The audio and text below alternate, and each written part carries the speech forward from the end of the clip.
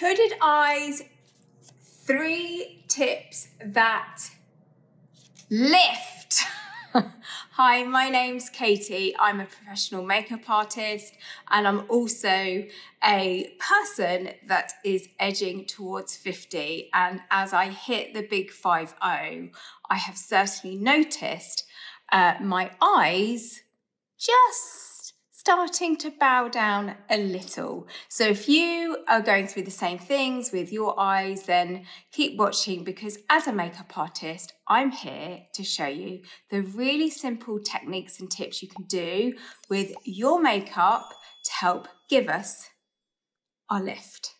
So let's get started. So I've got some foundation and some blush on, but I don't have anything else on. I will say, before you do any eye makeup, it's a really good idea to put a little bit of foundation or concealer on your eyes. It will just take down any redness and create a really good canvas for not only keeping your eyeshadow on for longer, but to help that eyeshadow look its truest form on your skin. So I tend to put foundation or concealer here, and then I will set that with a little bit of loose translucent powder, just so that the concealer or the foundation doesn't crease as my eye moves throughout the day. Now, that's a little bonus tip for you. Now, the second bonus tip is when we're going to be doing our eye makeup, when you look in your mirror at home, I don't want you to go like this. I don't want you to go like that.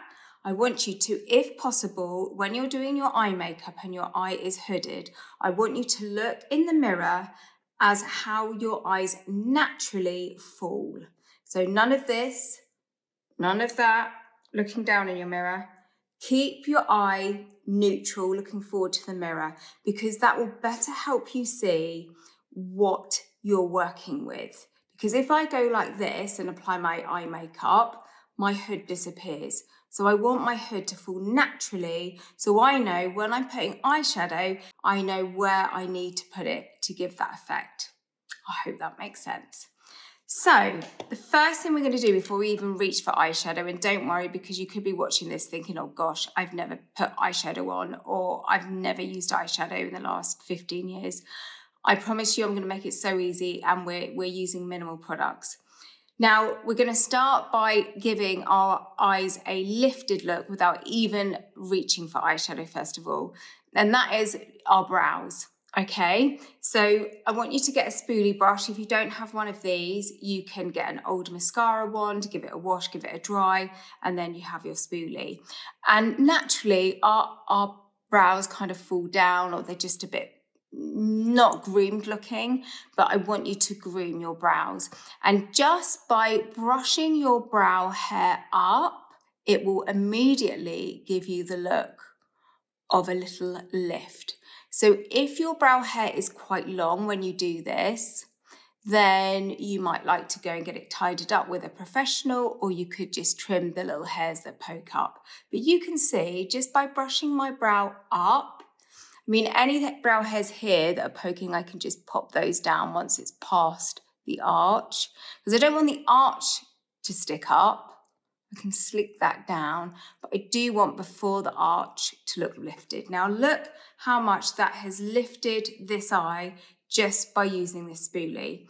Now what you can do is, once you've got the hang of that, is put a little bit of hairspray on that spoolie and then brush that into place. But that is a really quick little lift there without even using any makeup.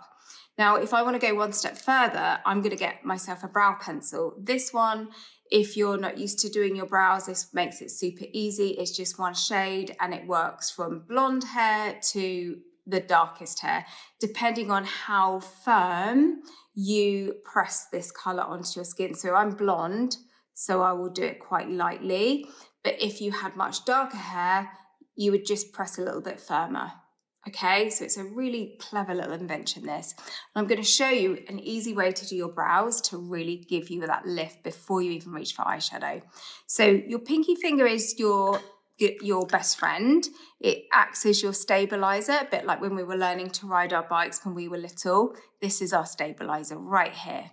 So put your stabilizer on your cheekbone. It helps steady your hand and stops it shaking. And then excuse me, I'm going to come close. You're just going to line from the start of your brow to just where your arch starts, okay? And you're going to line, can you see where my hair is starting, the roots are starting to grow there? Most of us women with our brows, we get very gappy brows here. If we just draw a line right where the roots start across to where the arch starts, like that, can you see I've just done a line just to the arch. Then you get your spoolie and you brush that line up to blend it into the rest of your brow hair. So the line does not look obvious. It just looks like you've got thicker brow growth here. This is where we get really gappy brows. Can you see how natural that looks? Now, once upon a time in my 20s, I overplucked my brows here. And what that is doing is not making my brows look such a good shape. So if you've done the same, you can take a pencil, hold it from the corner of your nose vertically, and this will show you where your brow hair is supposed to start. So mine's supposed to start there. So all I'm going to do is take the pencil and I'm going to do little flicks up to create the look of brow hairs. Now the trick to drawing brow hairs is not drawing a hair like this, because that isn't how hairs work. Imagine the root and then flicking up to almost nothing. So you draw your brow hair like this, like that, flick up. So you're not going to go like this, you're going to do little flick ups. And that gives the look of like the root is here and then the tip of the brows there. Can you see the difference? So I'm going to do a few more. Now don't overdo it here, because you know sometimes you see those brows that look almost like they've been put on with a Sharpie pen. It's often, I mean, that's how some people might like their brows. So no shade there. However, for brows to look really natural, if they're left a little bit gappy here, because naturally we're gappy there, don't overfill. So you just want to put in a few. Can you see? Just there. And then I might think, wow, that looks really natural. Perhaps you've got some gaps after your arch here. Perhaps you've overplucked there. You just do the same, but rather than going outside of the hairline, you're going to go in the hairline this time and just pencil into the hair. And then you might think, oh, well, that's easy. I'm getting my confidence. So now you could even enhance the height of your arch. And if you enhance the height of your arch, your eyebrow will look higher and then your eye will look more lifted. There's loads more tips coming here, so stay tuned because I'm really excited to teach you them all. So can you see where my hair is growing there? If I just add in a few more hairs. Now it's good to know that when our hairs are growing, okay, they don't all grow in one direction. Okay, they grow this way, they grow that way, kind of cross over. So you don't want it to look too perfect. So just look at where your hair is growing, in the direction it's growing, and follow that direction. And I'm gradually just increasing the height of my arch. And then I'm going to take my spoolie and brush it into place. So what do we think? In fact, I'm just going to do this eye so we can start seeing the difference that these little tips are making.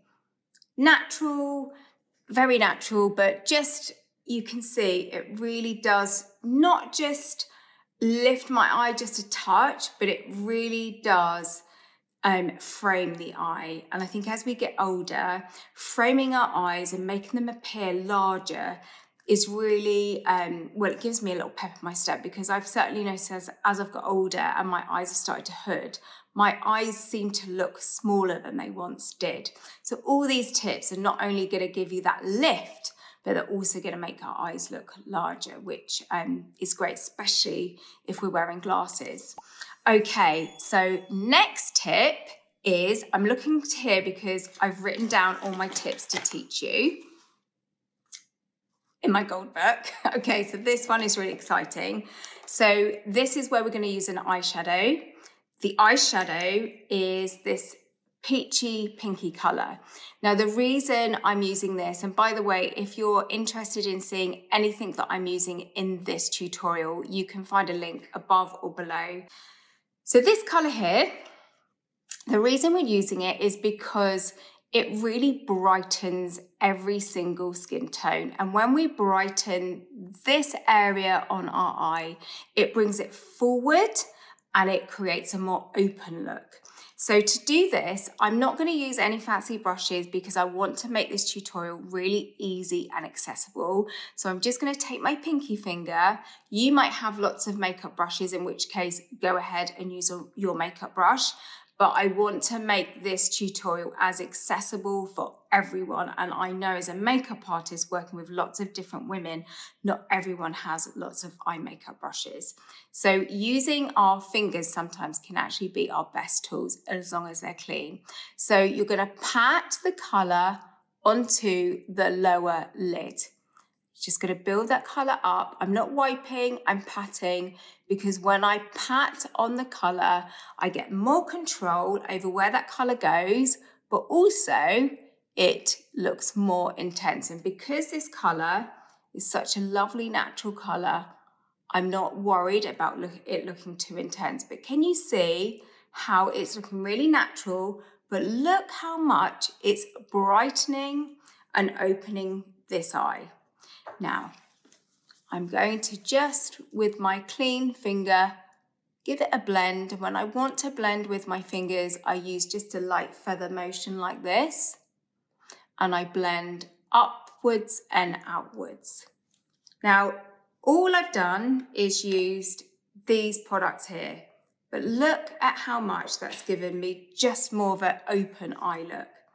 Now, the next thing we're going to do is this comes with this kind of creamy, peachy liner here. You might be thinking, oh, I would never wear a liner like that. Well, keep watching because I think I'm going to convert you. Because this colour here can be worn just a little bit on the lower waterline here, not right the way around, but just in the middle here. And it can also be used on the inner corner to brighten and also under our brow arch. And when we put this colour in these three places, it really creates the most beautiful lift. So let's firstly apply this to our lower waterline. So excuse me if this ekes you out, look away. You're going to just gently line just in the middle, just to frame your iris. Well, you're not going to take it all the way across, just to frame your iris. Now, once I've got mascara on, that's really going to look beautiful and natural and just make the whites of my eyes look brighter and whiter. And then we're going to put a little bit under, kind of like a few millimeter in width, under our arch like that. With our pinky finger, make sure it's clean, microfiber cloth, so you're best friends. Just pat and blend that in so it doesn't look like an obvious line. It just looks like your brow bone is slightly lighter here. Can you see? That gives the look of lift. In fact, I'm going to build it up a little bit more. Going to make it a bit thicker. And this is what you can do at home, is you can start a little, see, think, oh yeah, that works, that looks nice, and then just build your confidence. And don't forget, with makeup, everything can be wiped off. You know, it's all about us gaining confidence and see it as a tool to give us a pep in our step. Nothing more than that. Although I say that, but honestly, like for me, it's such a nice routine to do in the mornings. I put on some nice music or podcast, and I feel like it's the only time in the day when other people don't kind of need me. So it's really, really nice. Okay, gonna put it on the inner corner here, because when we do a little bit of a lift here, and take it down just around our tear duct area there. And then we're gonna blend. Yeah, I'm liking that. I think once I've got my mascara on, that's really just, you can see it just pops, makes the eye just pop. Now, let's tackle the actual hood. We've brightened, we've lifted, but let's tackle the hood. So for that, you will need an eyeshadow brush, but just one. And this one I found to be the easiest to use to give the most natural effect. You can see it on Beauty in the Boutique. There'll be a link somewhere, but you might have one at home similar. What you're looking for is a brush that is very soft at the edges. So you don't want anything that's tightly packed like this, because this is a lot harder. And when something's harder like that, it's gonna make more of an impact. And we want to create a soft, diffused look to the shadow. So when you want a soft, diffused look to your eyeshadow, choosing a brush that isn't so densely packed and is very light and domed at the tip makes it much, much easier. And this is my best brush in my makeup kit, and believe me, I own hundreds. So we're also going to use a eyeshadow colour that is a browny mushroomy colour, okay? This one is a bronzer and a contour colour in one. So if you have a contour colour or a bronze that isn't too tan looking, you want something that's got a little bit of grey in it, because the colour, when you've got a grey undertone in a bronzer or a brown eyeshadow, it's going to create the look of more of a shadow look, so it doesn't look like so much like a tan colour. And that shadow is what creates natural contours in our face. And when we put this colour over where our hoods are, it knocks that hood back as if it's in the shadows. And in turn, you know, where we lightened our brow bone here, that pushes forward and looks more lifted. So we're going to put our eyeshadow brush into to this shadow. Well, this one's a contour bronzer palette. And then we're going to tap off. And if you feel like there's too much in your brush, use the palm of your hand to dab, to take off, or your microfiber cloth. And then remember your pinky finger, it's your best friend, it's your stabilizer. You're going to look in the mirror to see where your hood naturally falls, okay? So mine falls there. And then you're gonna place the brush, holding your pinky finger as your stabilizer, right on that hood. And you're gonna gently, like a little windscreen wiper, just go backwards and forwards over that hood. Look at that. I've not used a lot of product, but look at how lifted that looks. I've just used these. If you get a bit more braver, you can apply a little bit more. So you're going to look in your mirror, straight on so you can see where your hood is. Pinky finger as your stabilizer, and then gently wash over the hood. And I'm not like, my hood kind of finishes there, but I'm taking it round like a rainbow shape so that it all blends together and looks natural. Look at that, so natural. And then what I like to do is to make my eyes look larger, I'll put a little bit more on my brush, tap off, and this time I squeeze my brush so it's thin like that, and I run it right the way along my lower lash line. And this creates the look of shadow under my eye, and when I have my mascara on, and I've got such a good mascara tip to show you, it's gonna make my eyes look larger. It kind of creates like the most natural sort of smokiness to your eye. I mean, no one's gonna look at you and think you've got loads of eye makeup on. That just looks really natural and, you know, like no makeup eyeshadow type thing. Okay, who's excited for another tip? I've got no one here, I'm presuming you are, so keep watching because I'm really excited for this one. Okay, so the next tip is how you apply your mascara. So I do recommend a smudge-proof mascara, because certainly as we age, if our lashes hit our hoods, it's going to create marks up here. So you want to find a smudge-proof mascara. Now the mascara I'm using is smudge-proof, plus it has the added benefit that it's a really small wand. And when you use a small wand on a hooded eye, it's much easier to use, because if you use a fat wand, I just find the mascara gets everywhere because my eyes are kind of closing up a bit. So this technique ensures you never get any clogs, ensures your mascara always looks natural, and it builds your confidence in applying mascara. So you simply hold the wand right at the base of your upper waterline here, and then you blink onto the wand. You are not moving the wand upwards or zigzagging it. You're simply holding it static and blinking onto it. Your eyes are doing all the work. And you'll notice when I'm applying it, I'm actually moving my head and not the wand. And if you can also find a mascara like this one that curls your lashes, that's an added bonus, because when our lashes curl upwards, it creates more of an open look to them. This one also lengthens, which I think is amazing, because when our lashes look more longer, our eyes look larger and more open and therefore more lifted. Now, because this has a very fine tip, it means I can get right into the inner corners.